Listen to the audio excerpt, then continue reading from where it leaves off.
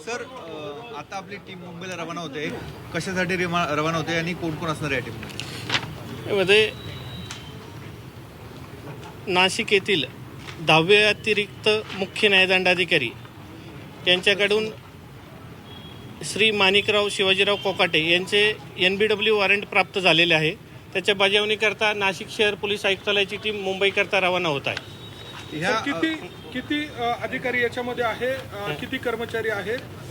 नाही, 3 अधिकारी आणि साधारणतः 10 अंमलदारांचा यात समावेश आहे. धन्यवाद. NBW जे वॉरंट प्राप्त झालेले आहे त्याची बजावणी करण्यात येणार आहे. बरं, आपण लीलावती हॉस्पिटलमध्ये जाता या सगळ्या टीमला घेऊन? हो हो. पुढची कारवाई कशी असेल सर? कायदेशीर कारवाई कशी? आता गेल्यावर वॉरंटची बजावणी करणार आहे. कोणाच्या नेतृत्वामध्ये ही टीम जाते? कोण कोण? हे माननीय पोलीस आयुक्त श्री संदीप कर्णिक सर यांच्या आदेशाने नेतृत्वाखाली टीम काम करत आहे. थँक्यू.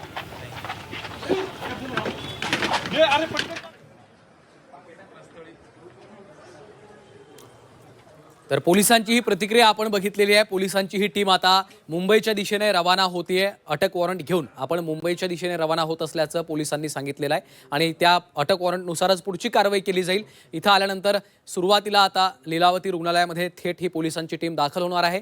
मुंबईच्या लीलावती रुग्णालयामध्ये माणिकराव कोकाटे यांच्यावर उपचार सुरू आहेत आणि आता अटक वॉरंट घेऊनच पोलिसांची ही टीम मुंबईच्या दिशेने रवाना होईल.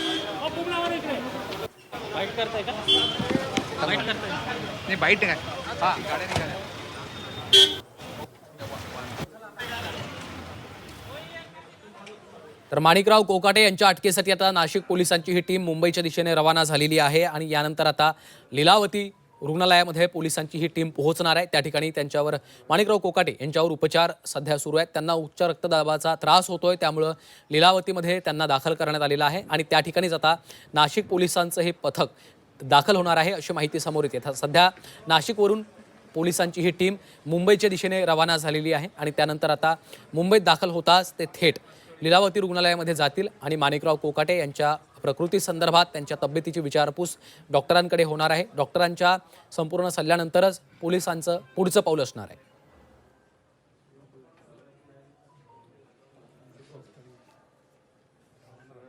तर ही थेट दृश्य आपण पाहतोय. नाशिक पोलिसांची टीम आता मुंबईच्या दिशेने रवाना झालेली आहे. माणिकराव कोकाटे यांच्या अटकेचं वॉरंट घेऊन पोलिसांची टीम मुंबईच्या दिशेने रवाना झालेली आहे. मुंबईमध्ये दाखल झाल्यानंतर लीलावती हॉस्पिटलमध्ये ही टीम सुरुवातीला जाणार आहे. त्या ठिकाणी माणिकराव कोकाटे यांच्यावर उपचार सुरू आहेत, ते त्या ठिकाणी दाखल करण्यात त्यांना आलेलं आहे आणि तिथं जाऊन पोलीस हे डॉक्टरांच्या सोबत चर्चा करणार आहेत. माणिकराव कोकाटे यांची प्रकृती सध्या कशी आहे त्या संदर्भातले सर्व अपडेट्स देखील हे पोलीस घेतील अशी माहिती समोर येते.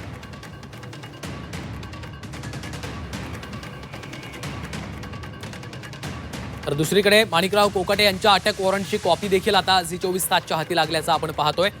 कोकाटेंचा राजीनामा झालेला आहे. नाशिक पोलीस हे मुंबईकडे आता रवाना झाल्याचे देखील दृश्य आपण बघतोय.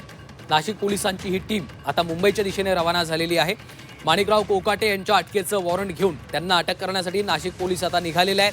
ते मुंबईच्या दिशेने रवाना झालेले आहेत. इथं दाखल झाल्यानंतर नाशिक पोलिसांची टीम डॉक्टरांशी बोलणार आहे आणि त्यानंतरच पुढचं काय या संदर्भात कारवाईचं पाऊल आहे ते ठरवलं जाणार आहे. जर कोकाटे यांची प्रकृती ठीक नसेल, ते अनफिट असतील, तर कोकाटे यांच्यावर पाळत ठेवली जाणार आहे हॉस्पिटलमध्ये. त्यासाठी पोलीसही तैनात केले जातील अशी माहिती सूत्रांकडून मिळते. त्यामुळं डॉक्टरांनी दिलेल्या सल्ल्यानुसार आता पोलीस त्यांची काय कारवाई करतात हे देखील पाहणं तितकंच महत्त्वाचं ठरणार आहे. नाशिकमधील सदनिका घोटाळा प्रकरणामध्ये माणिकराव कोकाटे आणि त्यांच्या बंधूंच्या विरोधात हे अटक वॉरंट जारी झालेलं आहे आणि ते अटक वॉरंट घेऊन नाशिक पोलिसांची टीम आता मुंबईच्या दिशेने रवाना झालेली आहे. सध्या मुंबईतील लीलावती रुग्णालयामध्ये माणिकराव कोकाटे दाखल आहेत. त्यांच्यावर या ठिकाणी उपचार सुरू झालेले आहेत. उच्च रक्तदाबाचा त्रास जाणवू लागल्यामुळं माणिकराव कोकाटे हे लीलावती रुग्णालयामध्ये त्यांना भरती करण्यात आलेला आहे, दाखल करण्यात आलेला आहे आणि त्या ठिकाणीच आता नाशिक पोलिसांची ही टीम पोहोचणार आहे आणि तिथे दाखल झाल्यानंतर सुरुवातीला डॉक्टरांकडनं माणिकराव कोकाटे यांच्या तब्येतीची विचारपूस केली जाईल आणि त्यानंतरच पुढचं या कारवाईचं पाऊल उचललं जाणार आहे.